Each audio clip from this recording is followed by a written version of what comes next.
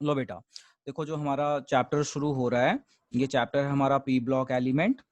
अब देखो जो पी ब्लॉक एलिमेंट है, तो उसके लिए मैंने आपको ये पूरा पीरियोडिक टेबल शो कर दिया यहाँ पे। ये 1 है ग्रुप, ये ग्रुप 1 से लेके ये 18 ग्रुप है यहाँ पे, और ये आपका पी ब्लॉक होता है। ये आपका पी ब्लॉक में आता है ग्रुप 13, 14, 15, 16, 17, 18। तो आप मेरा ये कर्सर देख रहे होंगे, इसमें से आपने बोरोन फैमिली और कार्बन फैमिली +1 में पढ़ी है, तो बिल्कुल वही बेसिक लॉजिक आपने वो सारे लगाने हैं। और ये हमारा पी ब्लॉक जो हमने +2 में पढ़ना है। हमने +2 में नाइट्रोजन फैमिली, ऑक्सीजन फैमिली और हेलोजेंस एंड नोबल गैसेस, इनको डिटेल में पढ़ना है। इनसे रिलेटेड हमने क्वेश्चंस करने हैं।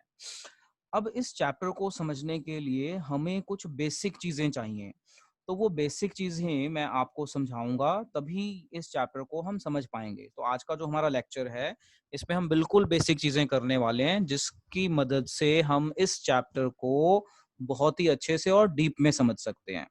तो देखो, इसको समझने के लिए मैंने यहाँ पे कुछ स्लाइड्स बनाई हैं, हम इस स्लाइड को पढ़ते हैं फिर आगे चलते हैं। द पी ब्लॉक एलिमेंट्स जो हैं वो आपके ग्रुप 13 से ग्रुप 18 तक होते हैं। जनरल कॉन्फ़िगरेशन पी ब्लॉक की होती है NS2 NP126, जैसे आपने +1 में पढ़ा है ना अभी एस ब्लॉक की जनरल कॉन्फ़िगरेशन, डी की, पी की, तो ये पी ब्लॉक की जनरल कॉन्फ़िगरेशन है NS2 NP126। फिर आता है हमारा topic representative elements. S block and P block together called representative elements. S block and P block को हम representative elements कहते हैं, और D block को transition element, और F block को हम कहते हैं inner transition elements. Take care of these words जो मैं आपको बता रहा हूँ। Group 18 noble, group 17 halogens. तो इस तरह से कुछ वर्ड भी हैं जो आपने याद रखे होंगे। लो जी, देखो अब इस चैप्टर को समझने के लिए हमें कुछ बेसिक डेफिनेशंस करनी है। अब ये कुछ बेसिक डेफिनेशंस क्या हैं which help us to understand the chapter. So देखो, जब भी हम पी ब्लॉक, डी ब्लॉक या कोई भी हम चैप्टर पढ़ते हैं related to P block topic, तो उसमें कुछ कॉमन डेफिनेशंस हैं जो बहुत यूज होती हैं। सबसे पहली डेफिनेशन जो बहुत यूज होती है, जो बार बार मिलेगी, ये है हमारा एटॉमिक साइज। तो एटॉमिक साइज तो आपको ऑलरेडी पता है, एक बार मैं जल्दी जल्दी में दोबारा बताता हूँ। जैसे मान लो ये न्यूक्लियस है और ये शेल है, और ये एक शेल और है, तो इसके सेंटर से लेके लास्ट शेल तक का जो डिस्टेंस होता है, इसे हम कहते हैं रेडियाई। कीप इन माइंड, कुछ बेसिक चीजें हैं जो मैं बता रहा हूँ, जो इस चैप्टर को समझने में बहुत हेल्प करेंगी। तो पहली बेसिक चीज है एटॉमिक साइज। तो एटॉमिक साइज क्या होता है? न्यूक्लियस के सेंटर से लेके लास्ट शेल तक का डिस्टेंस, चाहे आयनिक साइज हो चाहे कोवलेंट, कोई भी साइज की बात आए ना, बस ये समझ जाना सेंटर से लेके यहाँ तक। अब देखो, ग्रुप होता है ऊपर से नीचे, और पीरियड होता है लेफ्ट टू राइट। तो ग्रुप में एटॉमिक साइज इंक्रीज होता है हमेशा due to increase in number of shells, due to increase in number of shell. Increase होता है due to increase in number of shell. बहुत बेसिक है, कीप इन माइंड और नोट करते जाओ। पीरियड में एटॉमिक साइज डिक्रीज होता है due to increase in nuclear charge. क्यों होता है ऐसा? क्योंकि न्यूक्लियर चार्ज बढ़ जाता है due to increase in nuclear charge. Nuclear charge का मतलब है न्यूक्लियस की अट्रैक्शन बढ़ जाती है। अब आपसे ये नहीं पूछेगा कोई कि क्यों बढ़ जाती है, वो +1 में पूछते हैं। अब यहाँ पे सिर्फ ये बेसिक है, इसका यूज करके हम क्वेश्चंस का आंसर देंगे। तो आज का जो मेरा मेन टॉपिक है कि पी ब्लॉक एलिमेंट्स को हम समझेंगे कैसे, ये चीजें समझा रहा हूँ बेसिक। तो हमने पहला कंसेप्ट समझ लिया, अब हम चलते हैं दूसरे कंसेप्ट पे। दूसरे कंसेप्ट का नाम है ionization energy. Ionization energy very important, इसको IE और कई बुक में डेल्टा HI लिखा हुआ है। अभी आयनाइजेशन एनर्जी क्या होती है? जैसे मान लो ये है आपका न्यूक्लियस, मान लो सोडियम एटम है, सोडियम का 11 होता है, और ये है आपका K शेल, ये है आपका L शेल, और लास्ट इलेक्ट्रॉन है ये मान लो, ठीक है ना? इस तरह से एक शेल और लास्ट में एक इलेक्ट्रॉन है। तो यहाँ पे 2 electron, first shell, second shell, third shell. तो थर्ड शेल में 2 8 1 इलेक्ट्रॉन है। मैं इस इलेक्ट्रॉन को निकालना चाहता हूँ, इस इलेक्ट्रॉन को निकालना चाहता हूँ। तो इस इलेक्ट्रॉन को निकालने के लिए मैं दूंगा एनर्जी। जैसे ही मैं एनर्जी दूंगा, इलेक्ट्रॉन निकल जाएगा अपनी जगह से, लॉस हो जाएगा। तो जो मैंने एनर्जी दी, इसे मैं बोलता हूँ आयनाइजेशन एनर्जी। तो आपसे कोई डेफिनेशन नहीं पूछेगा, बट इसका कंसेप्ट पूछेंगे जो बहुत जरूरी है। तो what is ionization energy? It is the energy required, ये होती है energy required to remove an electron. Loss को हम कहते हैं remove an electron from the last shell of an isolated gaseous atom. तो इसे हम कहते हैं आयनाइजेशन एनर्जी। तो आई होप आपको समझ में आ गया आयनाइजेशन एनर्जी। तो आयनाइजेशन एनर्जी क्या होती है? Energy required to remove an electron from the last shell of an isolated gaseous atom. अब यहाँ पे ना वर्ड यूज होता है ionization energy 1, ionization energy 2, ionization energy 3, इस तरह से वर्ड यूज होता है। आयनाइजेशन 1 का मतलब है फर्स्ट इलेक्ट्रॉन निकालने की एनर्जी, आयनाइजेशन 2 का मतलब है सेकंड इलेक्ट्रॉन निकालने की एनर्जी, एंड सो ऑन। और हम ये हमेशा आयनाइजेशन एनर्जी को पॉजिटिव कहते हैं। पॉजिटिव मतलब एनर्जी दे रहे हैं ना, तो एनर्जी देने को कहते हैं पॉजिटिव। एनर्जी रिलीज हो तो उसे कहते हैं नेगेटिव। पॉजिटिव मतलब मोर पॉजिटिव, मतलब ज्यादा देनी पड़ी। लेस पॉजिटिव मतलब कम एनर्जी देनी पड़ी। अब देखो, इसकी भी हम डिस्कशन कर लेते हैं ग्रुप और पीरियड में क्या होता है। आयनाइजेशन एनर्जी ग्रुप में ऊपर से नीचे ग्रुप होती है। तो ऊपर से नीचे जाते हुए साइज बड़ा होता है, तो आयनाइजेशन एनर्जी डिक्रीज होती है। पीरियड में क्या होता है? आयनाइजेशन एनर्जी साइज छोटा होता है, तो आयनाइजेशन एनर्जी इंक्रीज होती है, क्योंकि साइज छोटा है तो इलेक्ट्रॉन जल्दी नहीं निकलेगा, उसको निकालने के लिए हमें एनर्जी ज्यादा देनी पड़ेगी। अब हमारा नेक्स्ट कंसेप्ट आता है, इसे कहते हैं हम electron gain enthalpy. Electron gain enthalpy, ठीक है जी। इलेक्ट्रॉन गेन एंथैल्पी को शॉर्ट में ई जी और ई, और इसको डेल्टा एच ई जी, और कई जगह पे इसको एफिनिटी भी कहते हैं, इलेक्ट्रॉन एफिनिटी, इस तरह से भी नाम यूज होता है। तो ये नियर अराउंड एक जैसा ही होता है। इलेक्ट्रॉन एफिनिटी बोलिए, इलेक्ट्रॉन गेन एंथैल्पी बोलिए, it is one and same thing. अब इसे समझते हैं क्या होता है। जैसे मान लो क्लोरीन है, क्लोरीन का एटॉमिक नंबर 17, तो 287। अब जो इसका लास्ट शेल है, जैसे ये न्यूक्लियस है, ये पहला शेल, ये दूसरा शेल, ये लास्ट शेल। तो लास्ट शेल में कितने इलेक्ट्रॉन हैं? 7। 1 2 3 4 5 6 एंड 7।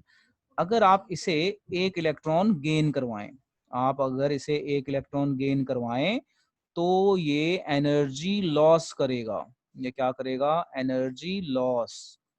इसे कहते हैं, इस एनर्जी लॉस को कहते हैं इलेक्ट्रॉन गेन एंथैल्पी, और इसे नेगेटिव में मेजर करते हैं। लॉस नेगेटिव में, और पॉजिटिव मतलब दिया, नेगेटिव मतलब एनर्जी निकली।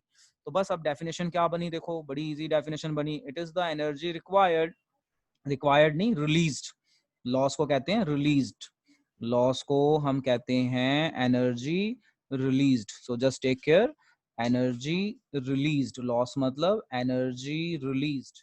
It is the amount of energy released when an electron is added to the last shell. ये आपने इलेक्ट्रॉन ऐड किया, ये आप ऐड कर रहे हैं इलेक्ट्रॉन, तो ऐड करने को कहते हैं ये इस तरह से। It is amount of energy released when an electron is added to the last shell of an isolated gaseous atom. अब अगेन कोई आपसे डेफिनेशन नहीं पूछने वाला, बट इसका कंसेप्ट यूज होगा, वहां पे आपको बताना पड़ेगा। अगर बोला होगा कि गेन एंथैल्पी मोर नेगेटिव है, मतलब एनर्जी ज्यादा रिलीज हुई, लेस नेगेटिव है, कम हुई। अब ग्रुप और पीरियड में देख लेते हैं। देखो, ग्रुप ग्रुप में क्या होता है, आपका साइज बड़ा होता है, तो इलेक्ट्रॉन गेन नहीं करेगा। तो जो आपकी इलेक्ट्रॉन गेन एनर्जी है इज लेस नेगेटिव। लेस मतलब गेन होएगा नहीं जल्दी। बट अगर आप पीरियड में जाओ तो साइज छोटा होता है और चार्ज ज्यादा होता है, इस कारण यहाँ पे हम बोलेंगे more negative electron gain enthalpy. मतलब डाउन द ग्रुप डिक्रीज हो गई है, लेस मतलब डिक्रीज, मोर नेगेटिव मतलब इंक्रीज।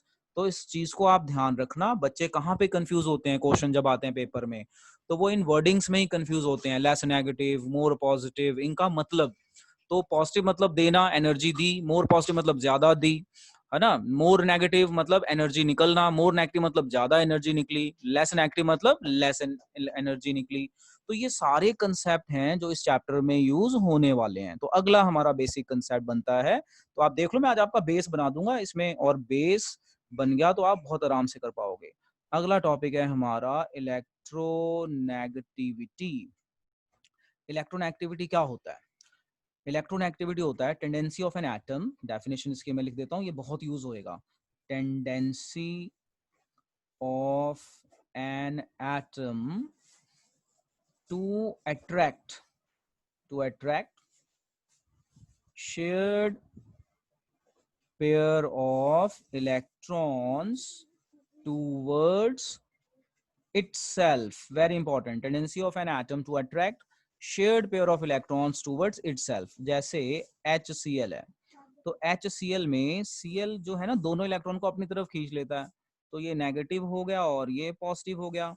तो इस एलिमेंट को इलेक्ट्रोनेगेटिव कहते हैं। देखो कौन कौन से एलिमेंट है, oxygen, nitrogen, fluorine, chlorine, bromine, ये सब इलेक्ट्रोनेगेटिव में आते हैं मोस्टली, क्योंकि इनका साइज छोटा है और ये इलेक्ट्रॉन अपनी तरफ खींच सकते हैं। तो ये ध्यान रखना, बहुत बहुत इंपॉर्टेंट है, वेरी वेरी इंपॉर्टेंट। इन्हें हम इलेक्ट्रोनेगेटिव एलिमेंट कहते हैं।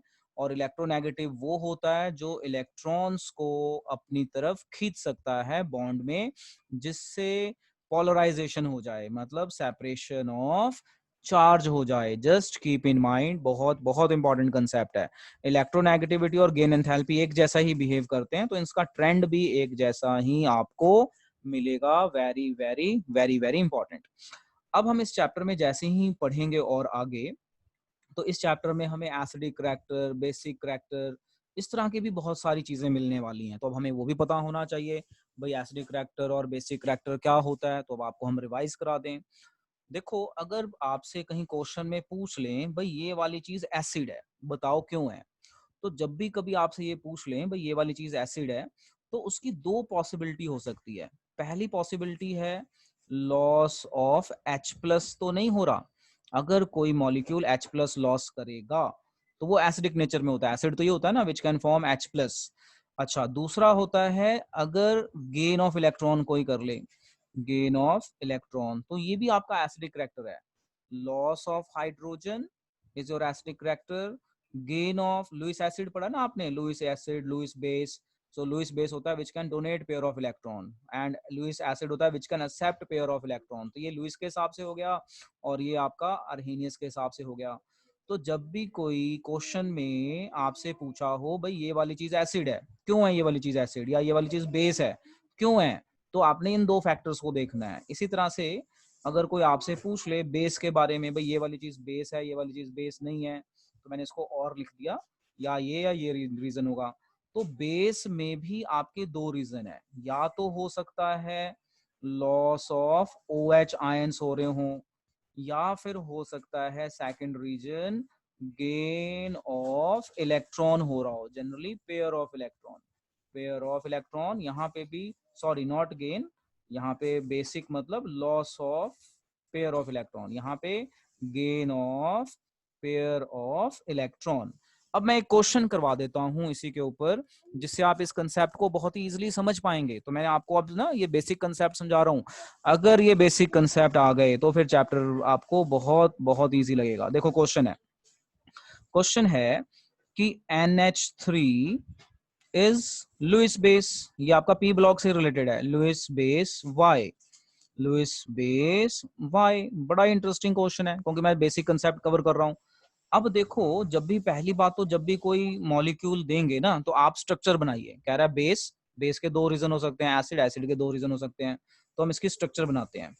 नाइट्रोजन के ऊपर लोन पेयर, हाइड्रोजन, हाइड्रोजन और फिर हाइड्रोजन। अब आपको देख के ही पता चल गया कि ये H तो बनाएगा नहीं, OH इसमें है नहीं, यानी आपका OH से आंसर नहीं आएगा। लॉस ऑफ इलेक्ट्रॉन मतलब लॉस को डोनेट भी कहते हैं, डोनेट ऑफ इलेक्ट्रॉन, लॉस बोलिए या डोनेट ऑफ इलेक्ट्रॉन बोलिए, गेन बोलिए या एक्सेप्ट ऑफ इलेक्ट्रॉन बोलिए। तो अब देखो यहाँ पे लोन पेयर है तो ये डोनेट कर सकता है बस बेस, तो आंसर लिखेंगे here nitrogen can donate pair of electrons, so it is a base, so it is a Lewis base. तो अब आपको समझ में आ गया ना कंसेप्ट। तो ऐसे ही कंसेप्ट बेटा आपसे पूछे जाएंगे। अब एक हम एसिड पे भी एक क्वेश्चन कर लेते हैं। जैसे आपसे पेपर में क्वेश्चन पूछ लें भाई ये जो है AlCl3 is your Lewis acid. अच्छा ऐसे ये वर्ड लिखा नहीं होगा लुईस एसिड, लिखा होगा बिहेव एसिड या बिहेव बेस। तो ये आपने खुद का दिमाग लगाना है, ये वाला लगाऊं या ये वाला लगाऊं, दोनों में से कोई एक आंसर फिट हो जाएगा। तो आप इस चीज को समझ लें अच्छे से। अब ये आ गया तो हम स्ट्रक्चर बनाएंगे। देखो केमिस्ट्री में बिना स्ट्रक्चर के हम कुछ नहीं एक्सप्लेन कर पाएंगे, मतलब हमारी +1 यूज होनी है। तो +1 में केमिकल बॉन्डिंग पड़ी है नहीं, ये पूरी यूज होनी है। लो जी देखो अब आप इसके इलेक्ट्रॉन काउंट करो 1 2 3 4 5 6, 8 इलेक्ट्रॉन तो पूरे नहीं हुए। तो इसका मतलब जो सेंटर एटम है वो अभी 2 इलेक्ट्रॉन की कमी है। तो 2 इलेक्ट्रॉन की कमी है तो वो गेन कर सकता है। देखो एसिड के बेस में एसिड है ना, गेन ऑफ इलेक्ट्रॉन कर सकता है, बिल्कुल कर सकता है। तो अब आप इसके हिसाब से आंसर दोगे। तो आप आंसर दोगे कि इन सॉल्यूशन कुछ इस तरह से लिखा जाएगा। क्या लिखा जाएगा देखिए, इन AlCl3 aluminium atom is deficient by 2 electrons, hence can gain 2 electrons, can gain 2 electrons and behave as acid। कौन सा acid? Lewis acid. and behave as acid। तो अब आप देखो आपका थोड़ा दिमाग खुल रहा होगा कि कैसे कैसे क्वेश्चन बनेंगे। तो मैं आपको यही बेसिक कंसेप्ट करा रहा हूं। अगर ये बेसिक कंसेप्ट आ गए आपको तो आप इस चैप्टर को बहुत अच्छे से रीजन दे पाओगे। तो मोस्टली बच्चों कंप्लेंट करते हैं बच्चे कि हमें पी ब्लॉक नहीं आ रहा, डी ब्लॉक नहीं आ रहा। क्यों नहीं आ रहा? क्योंकि जितने भी हमने ये बेसिक कंसेप्ट पढ़े हैं ये लगाने हैं और ये लगाने सीखने हैं। तो यही मैं सिखा रहा हूँ आपको, ये बेसिक कंसेप्ट कैसे लगाने हैं। Gain enthalpy, inactivity, acid base अभी खत्म नहीं है, अभी तो लिस्ट और है। तो अब हम चलते हैं अपनी लिस्ट में और आगे। तो अब इसके बाद हमारा आता है एसिड और बेसिक करैक्टर के बाद ऑक्सीडाइजिंग एजेंट, रिड्यूसिंग एजेंट। ये बहुत क्वेश्चन आते हैं कि ऑक्सीडाइजिंग एजेंट है, oxidizing agent, reducing agent, oxidation, ये सारी चीजें। तो ऑक्सीडाइजिंग एजेंट, रिड्यूसिंग एजेंट मैं आपको ये समझाता हूँ, जरा समझो। सबसे पहले मैं लिखता हूँ ऑक्सीडेशन। ऑक्सीडेशन क्या होती है? ऑक्सीडेशन की 3 डेफिनेशंस हैं। क्या है 3 डेफिनेशंस? या तो आपका हो रहा हो गेन ऑफ ऑक्सीजन, मतलब electronegative atom, gain of electronegative atom, या हो रहा हो आपका लॉस ऑफ इलेक्ट्रॉन, या हो रहा हो आपका लॉस ऑफ हाइड्रोजन। अगर किसी एटम में या तो इलेक्ट्रोनेगेटिव एटम गेन हो रहा हो, या लॉस ऑफ इलेक्ट्रॉन हो रहा हो, या लॉस ऑफ हाइड्रोजन हो रहा हो, उसे कहते हैं ऑक्सीडेशन। तो इसी तरह से रिडक्शन की भी 3 डेफिनेशंस बनेंगी जो बिल्कुल इसकी उल्टी होंगी। गेन ऑफ इलेक्ट्रोनेगेटिव की जगह गेन ऑफ इलेक्ट्रोपॉजिटिव, गेन अपना गेन की जगह लॉस आ जाएगा, लॉस ऑफ इलेक्ट्रोनेगेटिव। यहाँ लॉस ऑफ इलेक्ट्रॉन की जगह गेन ऑफ इलेक्ट्रॉन, यहाँ लॉस ऑफ हाइड्रोजन की जगह गेन ऑफ हाइड्रोजन। तो ये 3 डेफिनेशन आप बिल्कुल बना लेंगे। अब एजेंट क्या होते हैं? जरा एजेंट इसका ऑपोजिट बिहेव करते हैं। एजेंट होते हैं oxidizing agent, substances which oxidize other, जो दूसरों को ऑक्सीडाइज करेंगे, खुद रिडक्शन शो करेंगे। तो इस चीज का आपने ध्यान रखना है। ऑक्सीडाइजिंग एजेंट्स क्या होते हैं? substances which oxidize other and itself shows oxidation. तो इस चीज का आप ध्यान रखना, ये बहुत इंपॉर्टेंट है। इसकी वर्डिंग में फंस जाते हैं बच्चे, क्योंकि कई बार इलेक्ट्रॉन वगैरह का चक्कर पड़ता है तो उसी में कंफ्यूज हो जाते हैं। तो हमने यहाँ पे ये देखा कि ऑक्सीडाइजिंग एजेंट क्या होते हैं? Substances which oxidize other and itself shows, अपना ऑक्सीडेशन ही लिख दिया मैंने, itself shows reduction. itself shows reduction, जो दूसरों को ऑक्सीडाइज करें और खुद रिडक्शन करें उसे कहते हैं ऑक्सीडाइजिंग एजेंट। ठीक है जी, तो ये जब मैं क्वेश्चन करवाऊंगा तो वहां पे भी आपको और अच्छे से समझ में आएगा। इसी तरह से रिड्यूसिंग एजेंट। अब ये रिड्यूसिंग एजेंट क्या होते हैं इसे समझिए ध्यान से। रिड्यूसिंग एजेंट क्या होते हैं? Substances which reduce other, which reduce other मतलब दूसरों की रिडक्शन करें, and itself shows oxidation. Oxidation, तो ये कुछ बेसिक कंसेप्ट आपको मैंने करवाए, तो ये ज्यादातर ये कंसेप्ट यूज होने वाले हैं, इनको आप ध्यान रखना। अब एक चीज मैं और याद दिला दूं कि ऑक्सीडेशन कब होता है और रिडक्शन कब होता है, जरा ध्यान से समझना। जैसे मान लो कॉपर आयन है और ये कॉपर 2+ बन गया, या फिर चला गया कॉपर 3+। तो आप देखो चार्ज बढ़ रहा है ना, चार्ज बढ़ रहा है। तो अगर कहीं पे आपको लगे चार्ज बढ़ रहा है तो चार्ज बढ़ने को कहते हैं ऑक्सीडेशन, मतलब लॉस ऑफ इलेक्ट्रॉन हो रहा है। ध्यान रखना, ऑक्सीडेशन क्या होता है? जैसे ये प्लस है ये 2 है तो चार्ज बढ़ गया। जब चार्ज बढ़ रहा हो उसे ऑक्सीडेशन कहते हैं। इसका रिवर्स ले लो कि आपके पास कॉपर 3 है, कॉपर 2 हो गया, फिर कॉपर 1 हो गया और फिर कॉपर हो गया। मान लो इसका रिवर्स ले लो, तो यहाँ पे चार्ज 3 था, एक इलेक्ट्रॉन गेन करके 2 बन गया, एक और गेन करके 1 बन गया। चार्ज कम हो रहा हो, चार्ज डिक्रीज हो रहा हो तो इसे रिडक्शन कहते हैं। ध्यान रखना, बहुत बहुत इंपॉर्टेंट है। ध्यान रखना, बहुत बहुत इंपॉर्टेंट है। मैं बहुत ही इंपॉर्टेंट बेसिक कंसेप्ट करवा रहा हूँ और इसी में बच्चे कंफ्यूज होते हैं। कीप इन माइंड, चार्ज बढ़े ऑक्सीडेशन, चार्ज कम हो रिडक्शन। ठीक है, चार्ज कम हो रिडक्शन, बढ़ना ऑक्सीडेशन, कम होना रिडक्शन। इसी तरह से एक और केस ले लेते हैं। जैसे मान लो Cl नेगेटिव है और ये Cl बन गया, तो अब ये -1 है, ये 0 है। चार्ज कम हो रहा है या बढ़ रहा है, ये बताओ। -1 से 0 आए आप, चार्ज बढ़ रहा है या कम हो रहा है, बोलो। इसे कम होना कहते हैं, कम हो रहा है। कम होना कहते हैं या बढ़ना कहते हैं? बढ़ना। ये माइनस है, ये 0 है, कौन सा बढ़ा है? बढ़ रहा है चार्ज। तो चार्ज बढ़ने को हम क्या बोलेंगे? ऑक्सीडेशन। माइनस से बढ़ गया तो ये ऑक्सीडेशन है। इसका उल्टा ले लो तो वो आपका रिडक्शन हो जाएगा। जैसे इसका उल्टा कर देता हूँ, Cl से Cl माइनस हो गया, यानी ये 0 है। कुछ ना होने का मतलब 0, 0 से आप माइनस में गए, यानी गेन हो रहा है ना। माइनस मतलब गेन हो रहा है, तो गेन होने को मतलब चार्ज कम हो रहा हो तो रिडक्शन, बढ़ रहा हो तो ऑक्सीडेशन। तो ये सारे कंसेप्ट आपके यूज होने हैं और आपको मैं यहाँ पे बताई जा रहा हूँ, तो इन सारे कंसेप्ट को आप समझते जाओ। तो मैंने अपनी तरफ से काफी बेसिक कंसेप्ट आपके कवर कर दिए। अब एक और बेसिक कंसेप्ट आता है, उस बेसिक कंसेप्ट का नाम है इनर्ट पेयर इफेक्ट। याद आ गया? ये तो हमने +1 में भी पढ़ा है, मतलब इनफैक्ट सारी चीजें ही पढ़ी हैं, अब ये यूज होनी है। क्या होता है इनर्ट पेयर इफेक्ट? देखो पी ब्लॉक में जनरल कॉन्फ़िगरेशन होती है NS2 NP126, ये वाला। तो इनर्ट पेयर इफेक्ट क्या होता है? Down the group, down the group, ध्यान से सुनना, down the group NS2 electrons are not able to, NS2 electrons are not able to take part in bond formation, in bond formation या loss नहीं हो पाते।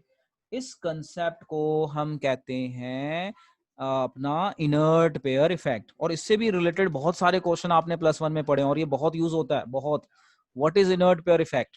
तो down the group NS2 electron, जो S के इलेक्ट्रॉन है ना P के साथ में, ये पार्टिसिपेट नहीं करते, लॉस नहीं हो पाते। लॉस ना हो पाने से ये सिर्फ P के इलेक्ट्रॉन पार्टिसिपेट करेंगे, S के करेंगे नहीं, तो उससे ना वैलेंसी पे फर्क पड़ जाता है। जैसे आपने क्वेश्चन पढ़ा होगा, देखो मैं आपको पीरियोडिक टेबल दिखाता हूँ और आपको मैं क्वेश्चन को दिखाने की कोशिश करता हूँ कैसा क्वेश्चन दिखाता है ये। देखो ये है आपका ग्रुप 13, ये है आपका ग्रुप 14। तो आपने क्वेश्चन पढ़ा है पीबी से रिलेटेड कि पीबी वाले ग्रुप में कार्बन 4 बॉन्ड बनाता है, पीबी सिर्फ 2 ही बॉन्ड बनाता है। क्यों बनाता है? तो ये आपको याद आ गया होगा, because of inert pair effect. लो अब मैं इसको यहीं पे इस क्वेश्चन को समझाता हूं, जरा आप समझने की कोशिश करो by the use of periodic table. देखो क्वेश्चन क्या बना मेरा, तो मैं यहाँ लिखता हूँ question, just try to understand, तो आपको सारा याद आ जाएगा एकदम अच्छे से, पूरी +1। देखो जी, आपने 11th क्लास में क्वेश्चन पढ़ा है CCl4 exist but PbCl4 does not, PbCl4 does not, जबकि ये प्लस माइनस 4 शो कर सकता है, इसको भी करना चाहिए। तो इसका आंसर है कि जब हम ऊपर से नीचे जाते हैं कार्बन एंड ये अपना Pb, तो इनर्ट पेयर इफेक्ट आ जाता है, इनर्ट पेयर इफेक्ट। तो आपका यहाँ पे +4 चार्ज होता है, यहाँ पे +2। ऐसा क्यों? क्योंकि NS2 Np2 होता है ना इलेक्ट्रॉन, तो कार्बन में ये दोनों इलेक्ट्रॉन पार्टिसिपेट करते हैं, बट हम जैसे ही नीचे जाते हैं तो NS2 Np2 में से ये वाला पार्टिसिपेट ही नहीं करता बॉन्डिंग में, because of inert pair effect. मतलब down the group nuclear charge इतना बढ़ जाता है कि ये एस वाले इलेक्ट्रॉन्स को वो होल्ड कर लेता है, पुअर स्क्रीनिंग इफेक्ट के कारण इसको होल्ड कर लेता है, ये लॉस नहीं हो पाता।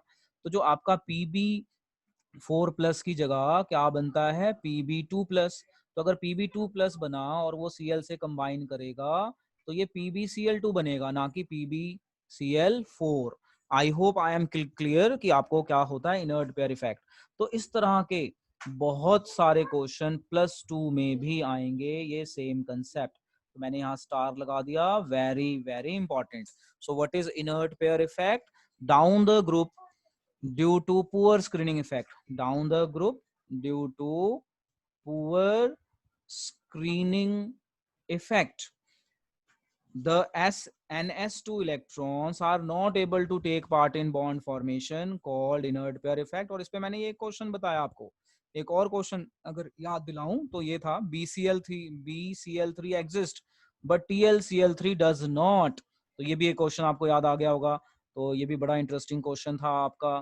क्या क्वेश्चन था देखो, कि BCl3 exist but TlCl3 does not। तो आई होप ये भी अब आप आंसर कर पाएंगे। तो इस क्वेश्चन का मैं आंसर नहीं बताऊंगा, खुद ही सोचो अब इस क्वेश्चन का आंसर, तो बड़े आराम से आप बता सकते हो कि भाई AlCl3 एग्जिस्ट करता है बट TlCl3 या BCl3 लिख दो डज नॉट एग्जिस्ट। ये एग्जिस्ट करता है और ये डज नॉट एग्जिस्ट, क्रॉस मतलब डज नॉट एग्जिस्ट। तो याद आ गया, क्योंकि ये +3 शो करता है और ये +1 शो करता है, इसको भी तो सेम ही शो करना चाहिए ना। देखो देखो ये सेम ग्रुप के हैं और ये ग्रुप 13 है, तो ग्रुप 13 मतलब +3 शो करना चाहिए। तो ये +3 शो करता है, ये शो करता है, और ये नीचे वाले +1 शो करते हैं। क्यों? क्योंकि NS NP में से ये वाला इलेक्ट्रॉन लॉस ही नहीं होता डाउन द ग्रुप, यहाँ तक हो जाता है लॉस। तो आपको समझ में आ गया होगा कैसे करना है। तो मैंने आपको ये कुछ बेसिक कंसेप्ट कराए। अब एक और बेसिक कंसेप्ट है जो मैंने नाम यूज किया, स्क्रीनिंग इफेक्ट। क्या नाम यूज किया? स्क्रीनिंग इफेक्ट और शील्डिंग इफेक्ट। स्क्रीनिंग बोलिए और आप इसे शील्डिंग इफेक्ट बोलिए, एक ही बात है। ये भी मैं बता देता हूँ क्या होता है। जैसे ये न्यूक्लियस है, ये आपका शेल, ये शेल और ये शेल। तो न्यूक्लियस क्या करता है, न्यूक्लियस के जो सामने वाले इलेक्ट्रॉन होते हैं, जो ये इस तरह से इलेक्ट्रॉन होते हैं इस तरह से, और ये इधर वाले इलेक्ट्रॉन मान लो, तो जो ये अंदर वाले इलेक्ट्रॉन होते हैं ना, ये न्यूक्लियस की अट्रैक्शन को लास्ट शेल तक आने से रोकते हैं। जो अंदर वाले इलेक्ट्रॉन हैं ये न्यूक्लियस की अट्रैक्शन को लास्ट शेल तक आने से रोकते हैं। इस कंसेप्ट को कहते हैं शील्डिंग इफेक्ट। तो इसकी डेफिनेशन होती है, in multi electron atom, definition nobody will ask but आपको पता होना चाहिए, in multi electron atom inner electrons, ये हमारे इनर इलेक्ट्रॉन्स हैं, अंदर वाले inner electrons shield nuclear charge to reach last shell. तो क्या होता है जब हम ऊपर से नीचे जाते हैं, मतलब इसके शील्डिंग में ये वाला जो इफेक्ट है ना, ये कम हो जाता है, क्योंकि न्यूक्लियस की अट्रैक्शन बहुत ज्यादा हो जाती है, ये उसको रोक नहीं पाते, तो वो शील्डिंग इफेक्ट हो जाता है और एस वाले भी इलेक्ट्रॉन लॉस नहीं होते। तो आई होप आपको ये स्क्रीनिंग इफेक्ट भी अच्छे से समझ में आ गया होगा। और ये बेस है, ये बेस है +1 के लिए भी और हायर क्लासेस के लिए भी। जब भी आप पी ब्लॉक पढ़ेंगे तो ये कंसेप्ट आपका यूज होना ही होना है। अब एक और कंसेप्ट बहुत इंपॉर्टेंट जो हम बहुत यूज करेंगे, इस कंसेप्ट का नाम है हाइब्रिडाइजेशन।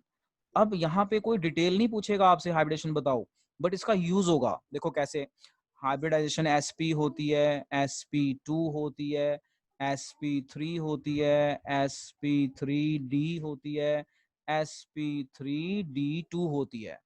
sp हाइब्रिडेशन का मतलब होता है लीनियर, याद कर लो, if centre atom has no lone pair. इसकी शेप होती है ट्राइगोनल प्लेनर, और इसकी शेप होती है हमारी टेट्राहेड्रल, इसकी होती है हमारी ट्राइगोनल बाय पिरामिडल। इस तरह से परपेंडिकुलर बॉन्ड्स आ जाते हैं, ट्राइगोनल बाय पिरामिडल, और इसकी होती है आपकी ऑक्टाहेड्रल। तो मैं सिर्फ ये बता रहा हूँ, ये वर्ड यूज होने हैं, वहां पे हमें फाइंड नहीं करना है, ये मैं आपको ऐसे सिखा रहा हूँ कि कई बार हमें जरूरत पड़ जाती है एक्सप्लेन करने के लिए। देखो हाइब्रिडेशन का कंसेप्ट कैसे करना है, जब भी हाइब्रिडेशन से रिलेटेड कोई चीज आ जाए ना कि आपको हाइब्रिडेशन बतानी पड़ जाए, तो उसके स्टेप्स क्या है। पहला स्टेप है उसकी डॉट स्ट्रक्चर बनाओ, डॉट स्ट्रक्चर। डॉट स्ट्रक्चर बनाने के बाद sigma bond, pi bond, lone pair को शो करो।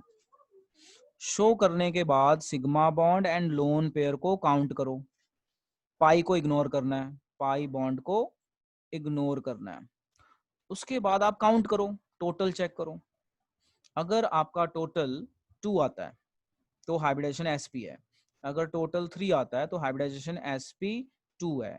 4 आता है तो हाइब्रिडेशन sp3 है। 5 आता है तो हाइब्रिडेशन sp3d है।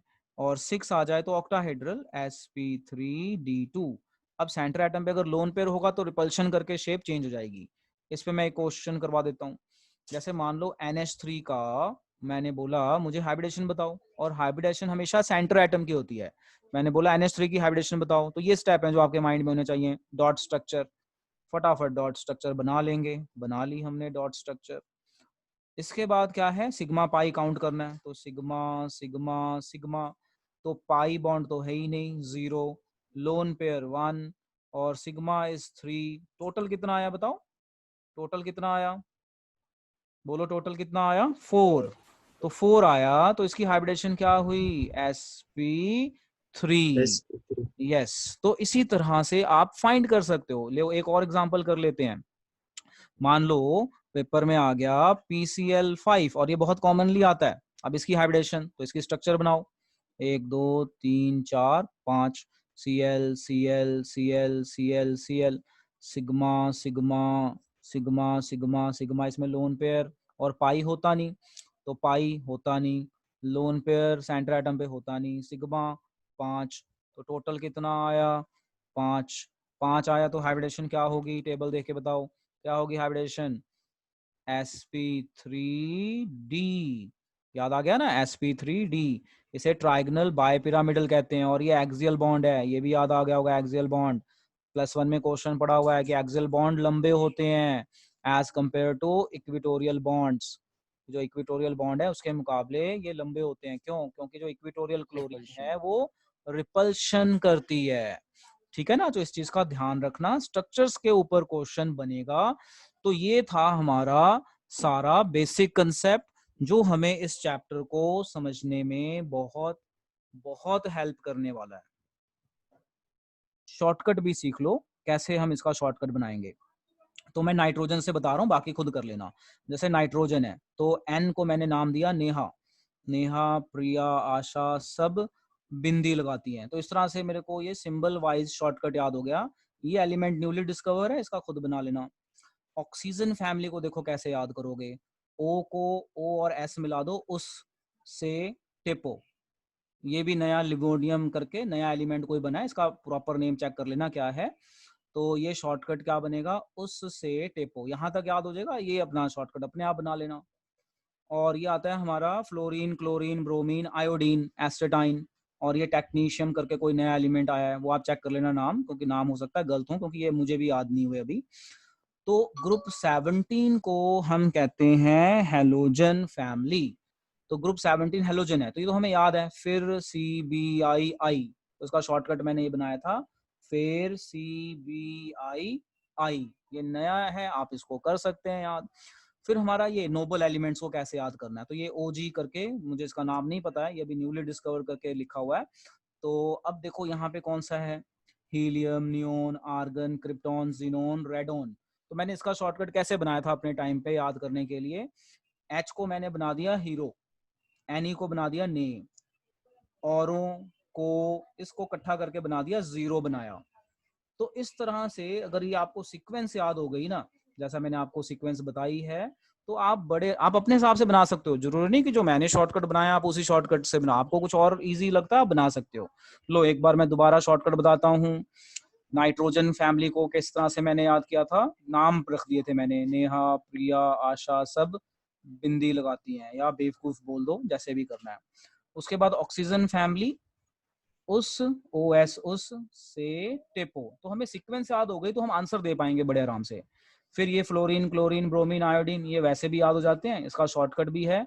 फिर C B I, I, eighty को आई बोल दिया, इसका शॉर्टकट हीरो ने औरों को ZERO को बना दिया, जीरो बनाया बस। तो इस तरह से मैंने शॉर्टकट बना के याद किए थे, आपके साथ मैंने शेयर कर दिए, आप उसे याद रख सकते हैं और केमिस्ट्री में इसका यूज करके आप कई आंसर दे सकते हैं। तो इस लेक्चर में हमारा इतना ही था।